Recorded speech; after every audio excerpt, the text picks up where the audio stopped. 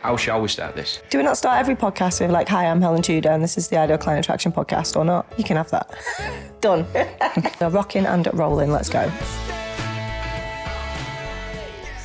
So, after the marathon episode for Marketing Machine Part A, we're now on to Part B. And what are we going to cover in this side of the Marketing Machine podcast? Paid traffic. And also, I think it's worth talking about the mindset leap you have to go through when you've done a lot of organic marketing to go to paid. It's, for me, it feels a bit like, I remember the first time I did it, it felt like almost like cheating. I was like, oh, I put some money down and then I get leads and I've not had to do a guest expert. I've not had to be in people's groups. It just was like magic to me. Yeah, it's an interesting thing. I love it. Because I kind of saw it when I first broached it almost felt like a failure if I couldn't get to where I wanted organically. So like my fame and stardom wouldn't naturally soar me to where I wanted to be. So if I had to pay for traffic, was that like saying I wasn't good enough? Yeah, you do see that a bit, don't you? Like, I made all this money and I've never paid for advertising. I just think, well, imagine if you had paid for advertising with all the money you've been making. Just do it faster. It's almost like saying, like, look at my garden that took me 6 months, whereas you could have just paid a gardener and it was done in like the weekend. Yeah. So I'm a big paid traffic fan. I don't believe I'd have ever scaled the way I scaled in the time I scaled without paid ads. Just no way. We've spent a lot of money. We spent about £250,000 on ads and we've made over 3 million. So to me, that's a good return on investment. Obviously, I've done all the organic as well, but it goes back to what we've said in episode 2, maybe. It's just numbers, data, and ads really are the fuel for the machine. It's literally like just plugging it in, pouring petrol on it, if it's working. So what I would say, I don't know as much about paid ads technically, as I'm sure you do, because like I said in the outsourcing episode, I hire someone in to do it, right? So we use Vicky Jakes, used her for years, and she knows all about how it all works, right? I don't need to know how it all works. I've never logged into Ads Manager. I know it exists and I pay for it, but I don't go in it. You're not missing much. It's not. No, I imagine I'm not, right? But I know I'm smart enough to see that if we pay X and we get X amount of cost per lead, then we get this many, registrations for the challenge we run ads to, and then I'm going to convert X amount of percent. Like I said earlier, I'll know pretty much once I've got my ad budget and I know my cost per lead is sort of averaging out, I can pretty much predict how much the launch is going to make. And that to me is power. Knowledge is power, right? It also is really frustrating when I haven't got the cash flow to spend more. I know we talked briefly about you don't just pay double your money and get double results, which is very disappointing. I don't understand why it doesn't work. But anyway, you might know better than me. But it does give me a really, really strong indication of where I'm going to be if I know how much I'm spending. So some launches we might, in the past, we've spent, 30 grand and made, I know we spent 10 grand and made 100 grand once. And I thought, that's it. We've cracked it. And then we spent 30 grand and made 100 grand. And I was like, what? This maths is not mathing. So it's like, I get it. But I think it's really powerful. And we've only really scratched the surface because I've never had this unlimited sort of cash flow that if I did have, I'd be spending money everywhere. I mean, we've not really gone into YouTube ads, which I know are a really good opportunity. We've never done pay-per-click. We've never done SEO, just so you know. And it's just, opportunities, but paid opportunities like pay-per-click particularly, could be massive for us. Absolutely. People are proactively searching for what we've got. And we talked a bit about Pinterest, and there's a big opportunity there for everybody. Oh, there's so many opportunities. And I think you're very lucky to have a Vicky. Yeah. Because I think that's the biggest hurdle, because with paid traffic, there's a lot of ways. I know some great paid traffic people that are absolute, and it is literally like you hand them over some money and then just give you more money back. You're like, that's brilliant. Yeah. Then you realise you've got to do the work that they're giving you the money back for. But it is kind of like they are that good. And it's like they won't tell you to scale past a point of efficiency, or they'll say, right, this next 5 grand is going to be less efficient, but you're still profitable. How far do you want us to push this? And you need to have a paid traffic person that's willing to consult and advise and actually tell you that. Because yes, you get a lot. There is a law of diminishing returns. There is your perfect audience that if you spent 20 grand on ads that you will get 5 times that back, say 5x. But the next 10 grand might just be like 3x. Still good though. Still good. And then like the next 10 grand or like the next 30 to 40 grand is only 2x. Yeah. Or it's only like it washes its face for the first month, but you know that actually the lifetime value is still up. Yes. Yeah. So, and it's kind of like, well, how far do you want to go? Do you want to stay just in the 5x? Or do you actually, are you quite happy to push it so that it's like, I'm going to spend £1, I'm going to get £1 back in today, but then next month I'm going to get another £1 in. And actually when you get the deeper pockets, it's there. But you need to do that consultatively and you need to trust the person that's giving you the advice. Yeah. And one of the big problems with the paid traffic thing is that one of the most common ways to pay is a percentage of ad spend. Now, unless you have that absolute trust, it's in their interest to spend more of your money. So that can be a really hard thing and it can be a barrier for people. Now, it's a very fair way in some ways to pay. I'm not knocking it, and I know that's a very common way, but that can be a barrier because it's kind of like, why wouldn't they spend double my money if they're going to make double the thing, where it's kind of like, actually, you're doing the same amount of hours or management, but bigger campaigns are more complex and they require far more management time. Yes, yeah. So if you're trying to market and run 10 ad sets to multiple different audiences to test all that thing, and like the first time you run a campaign, it should be more expensive. Yes. In my mind. I agree. So the first time with your new launches, like, because your LinkedIn stuff, you probably had it dialed, then you knew exactly what to run, exactly what day to run it, and then I'll probably chuck a couple of new test ads in, or let's try a few video ads this time, Helen. We'll run them against the control. You know what the control is. If the video ads aren't taken, you just switch them off and you go with what you know and it's there. Start a new campaign, you don't know what's going to work. No. So that's where the skill of the paid traffic people comes in. There's that whole, with paid traffic, there's like that stacking it. I don't know what Vicky does for you, but it's just, there are very clever ways of, right, we're going to use social to bring people in, and then we're going to use like Google pay-per-click and other more direct methods for different things of it, or we're going to run this conversion thing on here. We're going to push your stories on Instagram for a bit beforehand. It's very clever, but it is the cheat code for rapid market penetration and rapid growth. And testing things rapidly Absolutely. as well. Yeah. But as you said, here's the key thing, and I want everybody to understand this from like someone that's in marketing and studied like the nerd side of it, is one, it changes a lot. It will take your paid traffic person time to get it right. Like they're not, sometimes they can just get it right straight off. It's kind of luck, kind of skill. But normally it'll take a couple of months to refine audience sets, new market and stuff like that, which is where working with people that understand your niche can sometimes help. And using money you're prepared to lose. Absolutely. And the other thing is as well, have evidence and data that your product actually sells organically. I was going to say that. That was going to be one of my things. But that's a key thing. You don't want to be throwing 10 grand to try and sell a product that you don't know sells and you get great results from organically. Now, if you are at that early stage that you haven't sold any, the way you should be using paid traffic is to promote you and to bring people into your audience to then see if they'll buy organically. And you want to know those organic conversion rates. And the other thing is as well, and hopefully we'll get to do an episode with Vicky. Yeah, that'd be great. To ask her some specific questions. So if as the audience that's listening to this, you have key like Vicky questions, like actual detailed questions that you want answered, message Helen or her team, or like we'll get something put up somewhere where it's like, these are what we actually want to know from Helen's, because we've seen Helen's paid traffic strategy and it's brilliant. These are the questions we've got about that.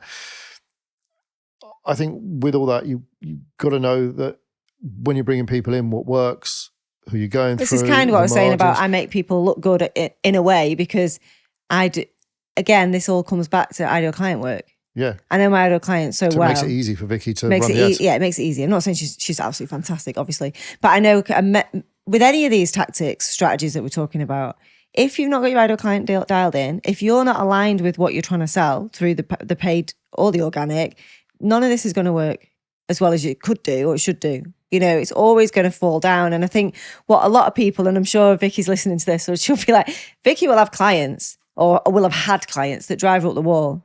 because they don't know their ideal client. They're not confident on the thing they're selling. The funnel at the other end doesn't work properly. So Vicky has to go in and try and fix all of these holes, if you like, where you're going to lose people. So I would only start to do paid ads when I knew, like you said, I know my ideal client, I know my offer's good, I know people are buying it organically, and I know I'm prepared to do the organic to support it. I think people think paid's almost like, well, that's it, we can just not do any organic. And I'm sure a lot of companies don't use both, but I think personal brand, again, you want people to come and you want people to stay. So if you're running ads and getting people into your socials or getting people into your funnels, it's what happens next as much as getting them there.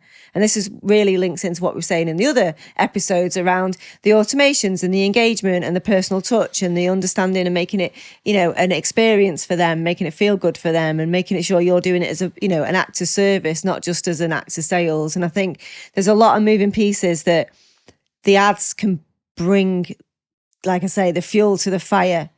But if you haven't got some of that other stuff, then I think it's very easy to then blame ads. Ads don't work for me. But it's just like saying LinkedIn doesn't work for me, or Guest Expert doesn't work for me. Well, it won't if you don't really know your ideal client and what they want, and you're not in active service. Like 3 times, then going, I'm still fat. Yeah. It doesn't work for me. And I think that's the interesting thing. So the other thing is as well is not all conversion rates are going to be equal. Mm-hmm. So email marketers will always claim that emails got the best conversion rate. Yeah. I would argue, and they would argue back, because they're very argumentative email people and they'd write it very well, is that walking up to someone and asking for their phone number in a bar and getting that phone number first time is a lot better and should have a lot less conversion rate than if you've met that person 70 times. Yes. And then you ask for their phone number, yes. which is what email marketing is. Mm-hmm. The reason is it's not the same. If you are running a paid traffic ad to a cold audience to convert, that is really impressive, yes. And you can't expect your conversion to be as good. If you have been emailing people for 3 years and you make them an offer on a product, right, that they haven't bought or hasn't been out there before, that conversion should, nothing to do with how good the email is, that conversion should outstrip the best advert to a cold audience that you can ever do, because they know you, they're in there. In my opinion, again, if you put the offer out to your organic audience that you have been servicing and being kind to and building a relationship for 2 or 3 years, that conversion rate should be better than paid traffic. You can't judge paid traffic metrics against other traffic metrics, because the metric you are not including in that is years, is time, is contact. So it's a case of, but 20% of these people that I sent an email to opted in. Well, that's great. Yeah. How many emails have you sent to get that? How much time? How much have you spent on writing emails to get to that stage where that one ad that you spent 200 quid on has actually brought in the same amount of money? Yeah, you can't compare them. And I wouldn't have thought people do, but I guess they do. Early on, they do. Because the thing is, with marketing, far too often, people think it's this or that. Mm-hmm. They don't look at it as like, I like to look at marketing as like a cake. Mm-hmm. And it's like you order the recipe to suit you as to what your flavor is. It's just sort of like SEO is best to start really early on. So the best time to plant a tree was like 5 years ago. If you want an apple now, the other time to start it is when your business income is stable, because then you can pull away from all your rivals, because then when people are searching for the stuff you talk about, you're miles in front. So you're then protected. So then there's leads just dropping in organically where people are writing a blog post. So you write 52 blog posts that are all SEO optimized. You've got 52 lead magnets out there that people are just going to be dropping in next year. One person per blog post a week. That's a lot of leads that comes over time. But it takes time to build that. So if you wanted to feed your family now, SEO probably ain't the best one to buy. It's not the best tactic. So I think with paid, there's kind of 2 ways I think paid works really well. And I don't think you had to do it, and correct me if I'm wrong, but there's the way where you're running ads to an offer, like a promotion, like whether it's your 5-day challenge or whether it's your something you want to sell, webinar, part of the sales funnel, like so paid to a sales funnel, very traditional way of doing it. I don't know whether you had to do it because you did have such an organic head start, which we went over, listen to the last episode. It's like a playbook for getting famous. The people will charge for that in a course. Helen probably should. But the fact of the matter is, you can also accelerate that getting new audience members with paid. And early on, that's one of the ways I'd pay for paid again. And I intend to. Just list building, you mean? Well, not even just list, like bringing people to my socials. Right, okay. Just like, hi, I'm John, I'm going to be talking about SEO. Come over if you fancy learning boring stuff that no one's really interested in. I have actually found some people that have actually made SEO interesting, which kind of proves that I should have been sharing more content on it. But just bringing more people into your world at that top funnel, like, hey, this is what I'm sharing, come over, pushing some content that's good. If I'm on a podcast somewhere else, like, and there's a clip of me saying something smart, paying to get that in front of my ideal person. Do you know what I mean? So there is that whole accelerated, it's there. Now, a lot of people frown on that, say it's not that effective. And it's not that effective in pound notes in your bank account. No, but it's effective if you've got great organic presence and you're really good at converting your audience. So if I want to, within 6 months, have 10,000 people on my Instagram, have a certain amount of people that then come and follow me on LinkedIn, that are then in there that are reaching out, I can slug away, hope for the best. Or I can pay £1 a day, £5 a day to make sure that my Instagram following, my LinkedIn, my following's going up. I could hire Katie to make sure for 97 quid, I've got 400 people more on my LinkedIn. Yeah. Now, I'm not mathing this publicly because for some reason 400 times 12 seems like an impossible sum to do, which it actually isn't, is it? It's 48. So I'd have 4,800 new people on my LinkedIn if I hired Katie. Yeah. Well, if they all accepted, but if they'd all seen your name, but yeah. Yeah. So best case scenario, that's it. That I wouldn't have had if I'd done it myself. So that's paid. Katie is paid traffic. Yeah, she's paid traffic. Yeah. So it's like, pay for Katie to do that. You've got a chance of 4,800 new people. Pay a similar amount on your Instagram. Your audience is then getting exponentially bigger than it would do if you didn't have that. Yeah, I mean, this is marketing 101, is that somebody who didn't know you existed now does. Yeah. That's it. Like, is that happening? And is it happening in every possible way at the same time? Because then you get this exponential growth, don't you? Where your organic is organicing and your paid is paying, and it's like it's all happening all at once. This is, when I think about scaling fast, these are the things that have to happen simultaneously. I think a lot of people think, well, I'll just do this one thing, and then when I get this result, then I'll do the. It's like, do all the things at once. As long as you've got the time, bandwidth, headspace, and money to do it, do as many things as you can simultaneously, that are all working at the same time to get you in front of more people, the people who didn't know you existed before. Absolutely. And with organic, it takes momentum. The more people are viewing, the more you get the likes, the clicks. So the more the algorithms reward you. Yeah.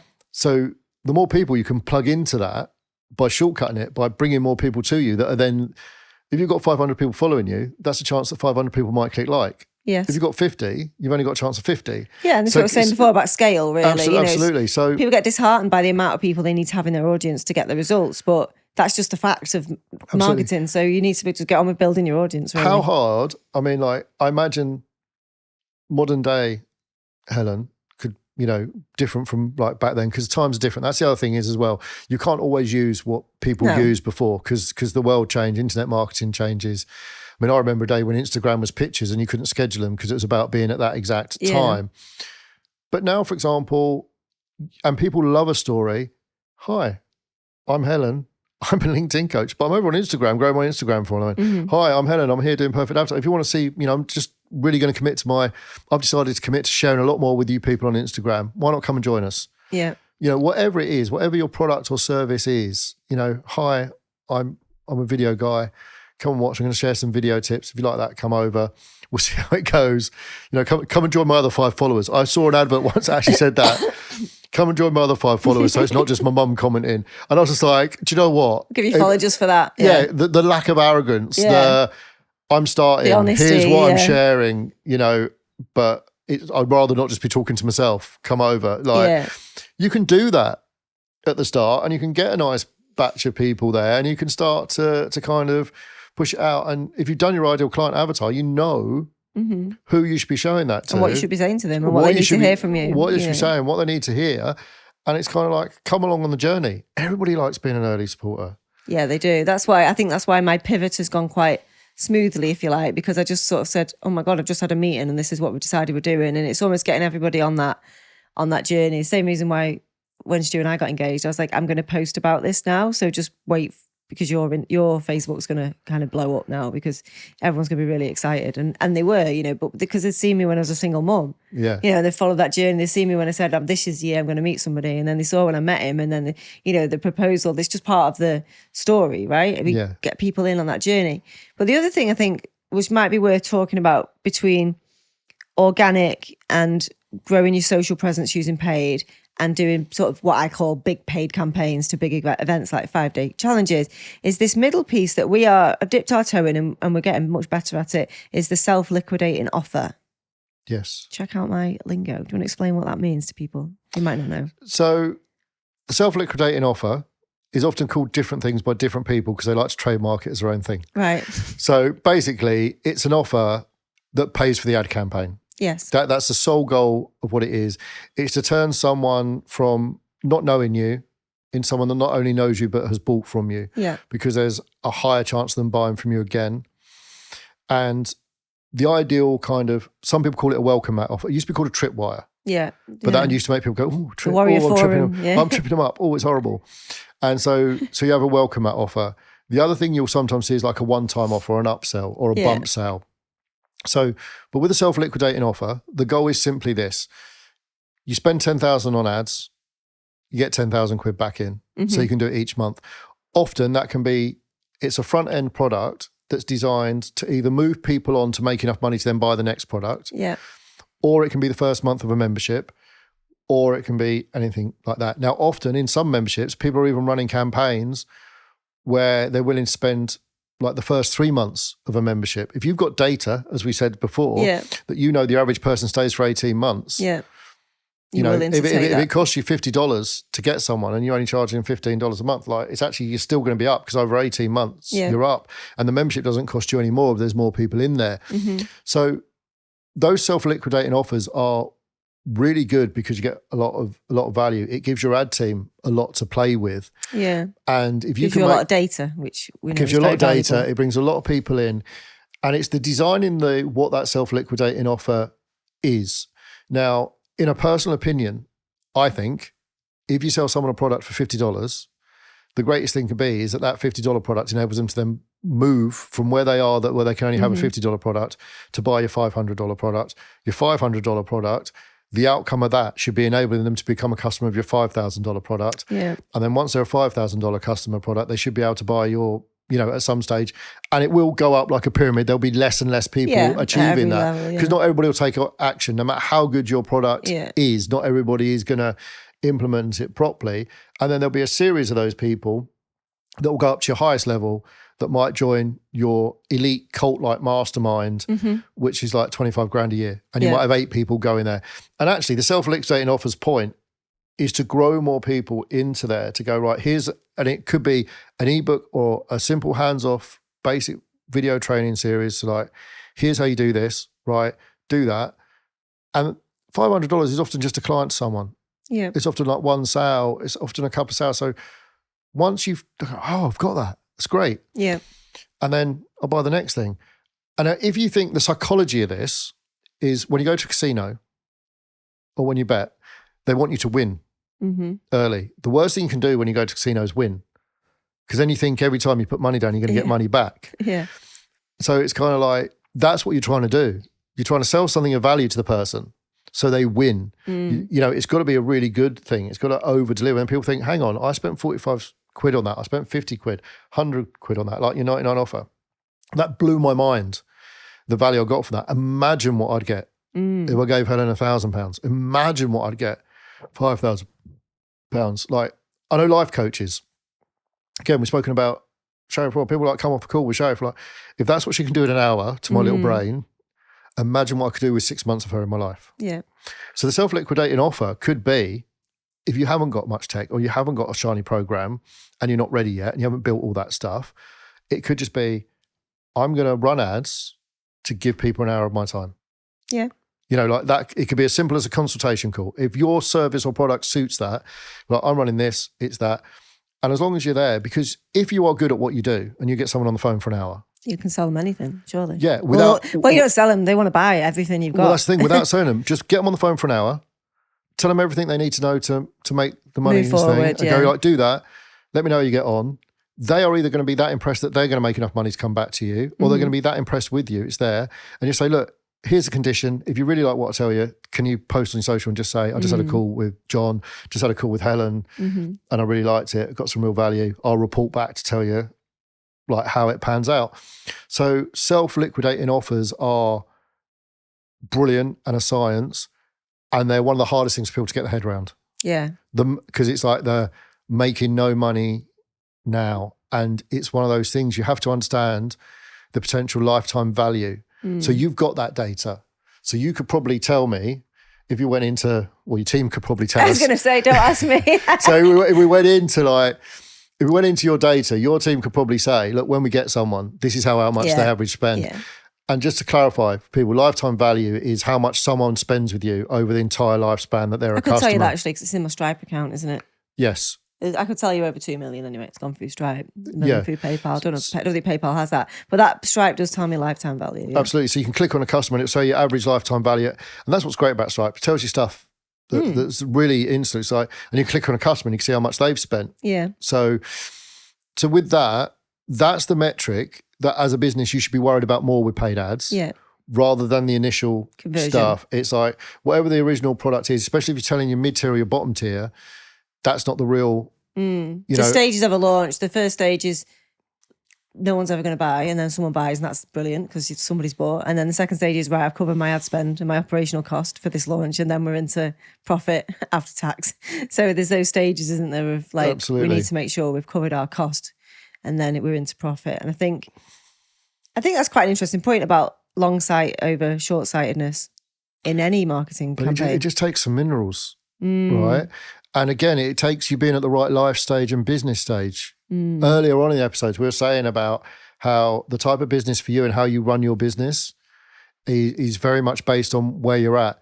If you are lucky that your bills are co-paid, or your partner or someone else is, or you had a retirement fund or you've been married and you've got something else paying your bills, so you can take a bigger risk.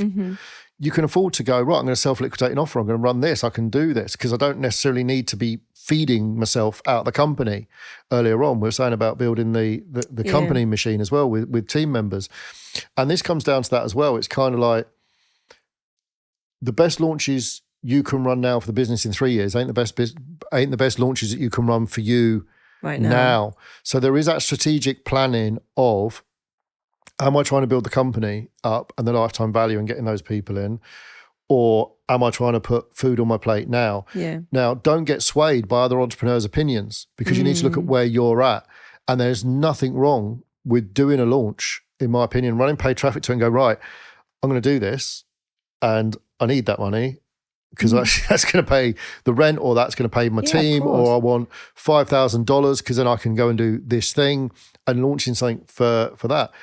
And again, but if you're always doing launches where you're taking everything out and are short-sighted, the company might not grow to the level that it could do.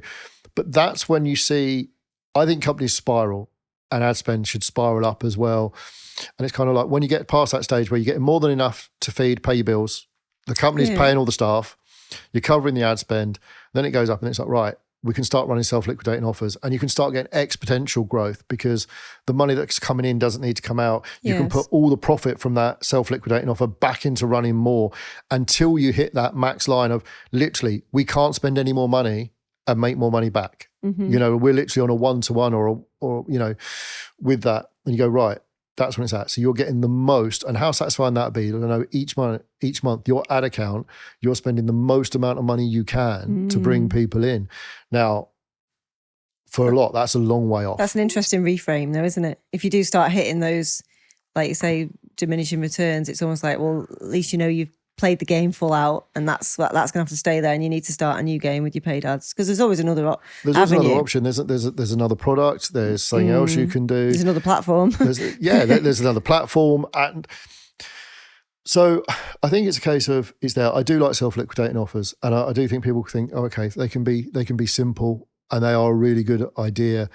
I also think strategically timing them, and that's the other thing that would be interesting for you to test, Helen, is if you want a self-liquidating offer that helps people, how long does that take for them to have an impact and for the help to hit, so that when you launch the next product on your product chain, on your like life cycle of customer, so they're ready for it. Yeah.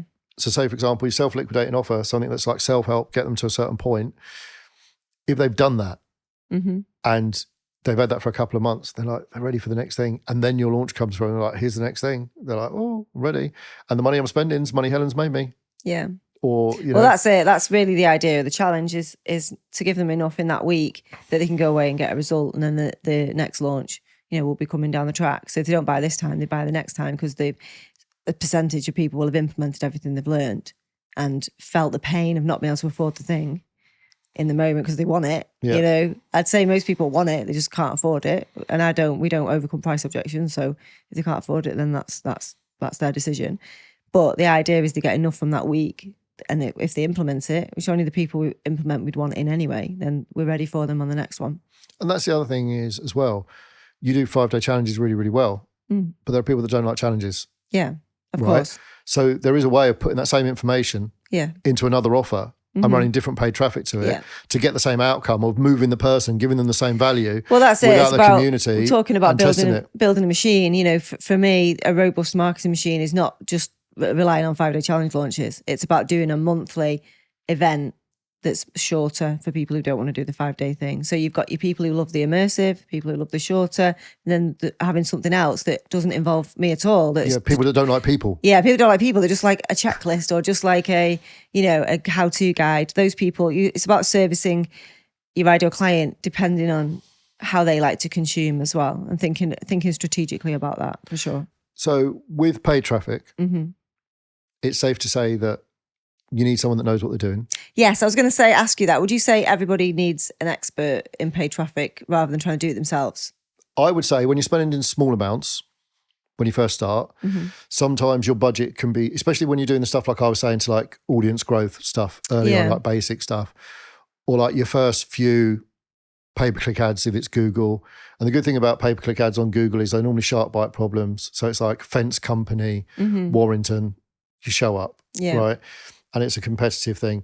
It's always good to have the data that how good you are, so that if you're paying someone, you know how much better they should be to justify their money.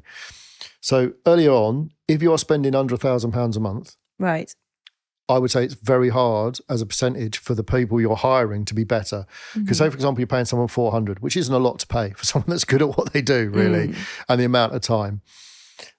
And you're like, okay, I've got £1,000 budget, and then 400 of it's going on the person. You've only got £600 actually on ads. Yeah. They're going to have to be a hell of a lot better than you would be. Yeah. Like in terms of percentages to do it. Yeah. Now, some of them will be, right? Because some of you will be really bad if you started trying to do it yourself. Yeah. The other thing that annoys me, which is why I don't touch it anymore, is every time I seem to go into Business Manager for Facebook or Google pay-per-click stuff, and I still go in there to like help clients to look at different things, they move buttons. And they don't tell you where they move the button. You just wake up one day and it's like, oh, we're just going to move the settings over there to the top left. And it was like, oh, we're going to make it 3 bits deep. So like, that's why you need specialists in there. But yes, and it'd be worth getting Vicky's answer to that as someone that does it, because I think there needs to be an efficiency metric of when they come in, they know they can easily swallow up their fees in the extra benefit results to get. So for that, someone that's hiring at the stage you're hiring, then you've got to get an expert. It'd be stupid to start it. When you've got a business that's going and it's doing well and stuff like that, if you're early days and you're looking to grow and you're on your first kind of things, it always helps to go in and do it. One, you'll realize how complicated it is. It is simple, but it's also complicated. 2, you'll realize how much time it sucks up. Yeah. And then when someone says, I'm this much money, I'm that much money, you're going, actually, well, that's 6 hours back I'm going to get. Yeah. Because it might not take Vicky that long to run, to go in and do the ads. But if you and I tried to do what Vicky was doing for your campaigns, we'd probably lose 48 hours. Yeah. Where she might do it. I burst into tears as soon as I opened up the console thing. Exactly. So it's kind of like, I like the idea that you should have a clue. But then the trouble is, also, if you're going to pay a lot to get a clue, then you might as well pay someone to do it. So there is that kind of... Unless you're into it and you want to learn it and do it for yourself, you've got to be passionate for it, because ads are an art and a science. You need to have both brains in the body, and most people don't have both brains in the body. If they do, they're an ads person. Absolutely. And more now, the trouble with ads is like quality creative is coming in there. Like I don't know the numbers off the top of my head, but like video creative is becoming more of a thing. I know some ads people won't take people on without part of their fee being, we're going to shoot. Yeah. We're going to shoot the ads that we're going to use. Now, it's not to say the other ones don't work anymore, but there are certain people that are like doing it. And there. The only thing I would say from experience is you don't want to be someone's smallest customer. You know, if someone's used to dealing with like big shots, like Helen, Shard, and Meredith, and used to dealing with like 30,000, 40,000 ad budgets, you're going with 1,000, you're going to be the last person they phone. Yeah, Your find ads somebody aren't gonna maybe passionate but new to the game. Absolutely. Find someone maybe at a similar stage than you. And then when you're spending up an ad budget, ask what ad budgets they normally deal with. They could be the world's best at dealing with small ad budgets and getting maximal return for small ad budgets. Being really great with a $5,000 Vicky's had some small ones from us over the years when the budget's like... Absolutely. When but being great with $5,000 ad budget is a lot different from being great with 50,000. Yeah. You know, and the 50,000 guy can't often scale back to do 5. Yeah. You know, for that ruthlessly efficiency, because they like to test loads of different things and stuff. So just briefly, because I know time is moving on again. So if someone's thinking about hiring an ads person, what's like the 3 most important things they need to ask in the interview, if you like? One's about budgets. Yeah. So one is like, how do they charge and why do they charge that way? Mm-hmm. Because their answer will tell you a lot, more than it being right or wrong. Right. But generally it's kind of like that's it. How long do they think they're normally happy running a campaign before they have the data to refine it? Okay. Because they ain't going to get it right in the first month. Yeah. Be very scared if someone thinks that they're going to get it. You know, doesn't say, look, we need data and it's here. And then just what kind of ad budgets they're used to working with. And if they can give you any examples of campaigns that are similar, that you can look at. Similar budgets that have got decent returns. And the other thing is as well, with ad campaigns, they are problematic for the pay-per-click, you know, like the ad people. I keep calling it pay-per-clicks, that's because I'm Google-centric, but like the pay, because here's part of the problem. The ad could be perfect. Mm-hmm. They could go to a crap website. Yeah. The website could kill it. The copy on the site could kill it. That's what I'm saying, all the moving parts. Absolutely. Yeah. So you will find some people, especially to the middle tier and higher, won't risk their reputation and then say get full control. Yeah, so they want to do the whole thing. Absolutely, because they'll be like, we're going to write the copy on the ad, we're going to write that, and then it's down to us whether it converts or not. Right.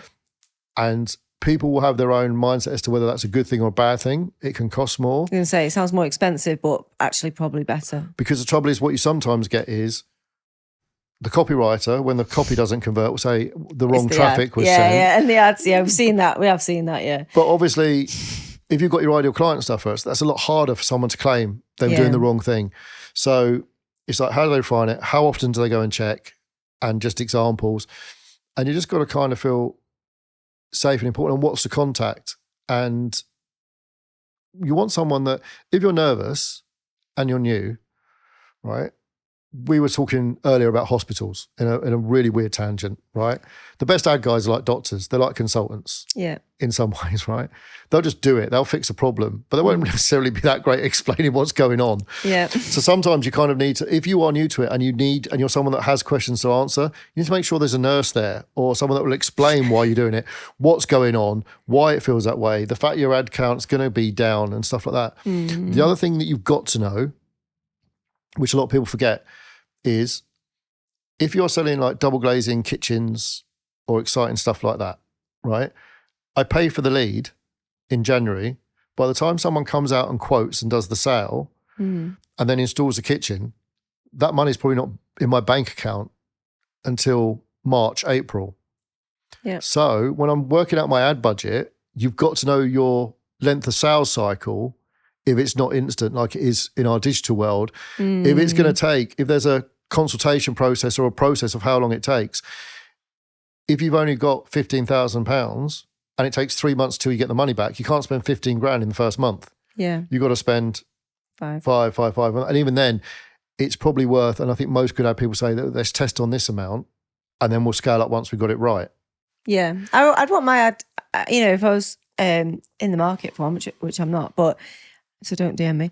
But if I was, I'd want to feel like they were interviewing me to see if I'd be a good client for them. Yeah. Not me interviewing them to see if they're a good Absolutely. supplier for me. Does that make sense? No, it does. I'd want them to be doing their due diligence on me. Absolutely. That would make me feel a lot more comfortable. And that's a great position to be in. And there's a couple of paid people I know that are like, these are the people we want to work with. If that's you, and it's literally like, yeah, I'd want to pass the test. Absolutely. And the other thing is as well is give these people time.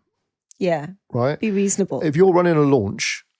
Well, this comes out to longevity, looking at long-term thinking. You're looking at 12, like with the sales team, when I talked about them in the other episode, I was like, listen, I want to work with you for the next 12 months, minimum. So this is a long-term game for me. This is a long-term relationship build. I don't expect it to be done in week one. And I think it's the same with ads, isn't it? You've got to look at it as a long-term relationship. Absolutely. Vicky will like be better judged, like someone that's in the trenches day in, day out, because Facebook ads and Meta ads and it all changes very quickly. And now you've got like TikTok ads and you don't need to dance like a moron to make TikTok work for you. But I would say that I would want to run an offer with my paid traffic person to see whether they've got my audience, whether my audience were turning up, whether I could sell them something before the launch. Yeah. Let's just try and refine like, hey, when we're doing these kind of ads, this kind of copy works, that kind of messaging works. And that's obviously going to take budget and time. And again, when you're bigger and your machine's bigger, you can do that. Mm-hmm. But why would you let your big launch that you need the $250,000 to feed your whole company, the $500,000 you need your whole company, why would you run that with an untested ad person that you don't know whether the ads they're going to run are going to hit the things, because you got like one shot and you can't publicly go and relaunch that easily. So I would say like figure out with your paid traffic person, how are we going to test that you've got my audience? How are we going to test that this ideal client that I've given you, you can reach them? And most of them, if they're worth their salt, they've been around for long enough, go, I've got a way. This is how we're going to do it. Yeah. Like what Paul and I used to call like the quick wins, quick cash campaign is how can we actually go and do something that proves that you can reach my audience with what you've already got almost, with something that's already tried. Like, I'm going to give you here's how you get the gig. Here's how you get the £100,000 budget for the launch. Yeah. Here's £1,000. Yeah, do a smaller test project. And that's for both of you as much, because the other thing to remember when hiring people to supply into your business is you've got to get on with them. You got to like them. Yeah, you've got to enjoy the interactions you have with them. The other thing is as well is, and it is a mindset shift for a lot of people, you're not paying them for hours. You're paying them for outcomes. Yeah. So I don't really care whether my paid traffic guy gets it right in 15 minutes. I'd rather it's 15 minutes. And he's just sent me an invoice for $5,000. Yeah. But I've got like $100,000 sat in the bank account. Or whether he spends 5 hours figuring out the problem. All I want is the money in my bank account at the end of it. So sometimes people go, it's not really doing a lot for money. Well, if the money's coming in, does it matter? No. You are paying because they've run countless campaigns like this before. So like if I was going to hire Vicky, I'd be paying Vicky, and I'd be happy to pay Vicky more, don't tell her, that because she's done this stuff for you before, I'd be like, right, I'm running this into a scorecard, then we're going to WhatsApp it. And she'd be like, yeah, got this. Yeah. I'd be like, that's cool. I wouldn't care if it took 2 hours to set up. Yeah, that's because like you want 2 days. the confidence and the certainty from someone who's done it before. And Absolutely. That's very valuable. And I think that's a really good way to end the sort of the episode, really, because if we look at everything that we do in our business as a long-term game, as a solution to fix a problem, and not about what we're paying for, how many hours are we getting, micromanagement. If we look at everything as like, I've got a problem I want fixing, or I've got an outcome I want delivering, and if the problem's fixed and the outcome's delivered, great. Also, if you're new, and you're absolutely right, if you're new and you're cutting your teeth, this is where a lot of us in the Coffee with Dan world kind of got it. Other people are new too. Yes. So actually, a lot of the people that we use for paid traffic back in those days are people that were trying to build their portfolio of paid traffic. Yeah. So a lot of people got exceptional rates because they were the first. And there might be someone that's just starting on their own, has come away from an agency, wants to work at home on their own as a freelancer.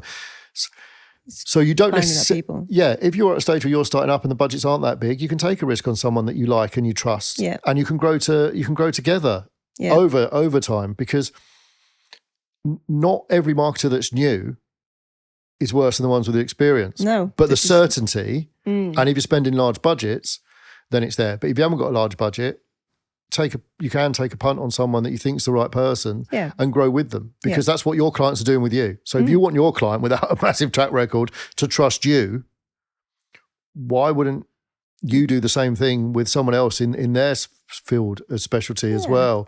Because you might be charging less when you first start than what you intend to do in 5 years. They'll probably be charging less. So there are those benefits out there, because there are a lot of talented people out there that are as good as the people with the track record. But would I give them big budgets? Not yet. Not yet. And that's okay. Everyone's got their position in the market, whether, like you say, new through to experienced. And it's about getting the right fit for you. Yeah, make us enough money so we're giving you the big budgets. And then you become their biggest client and best client, and, you can take them with you and they can take you with them. Absolutely. Yeah, love that. Cool. Thanks, John. I really enjoyed that. And as you can tell, we both like marketing, which is why these episodes. When it comes to the admin episode, that'll be 10 minutes. Just outsource it. What do you do with admin? So just close my eyes and hope it happens.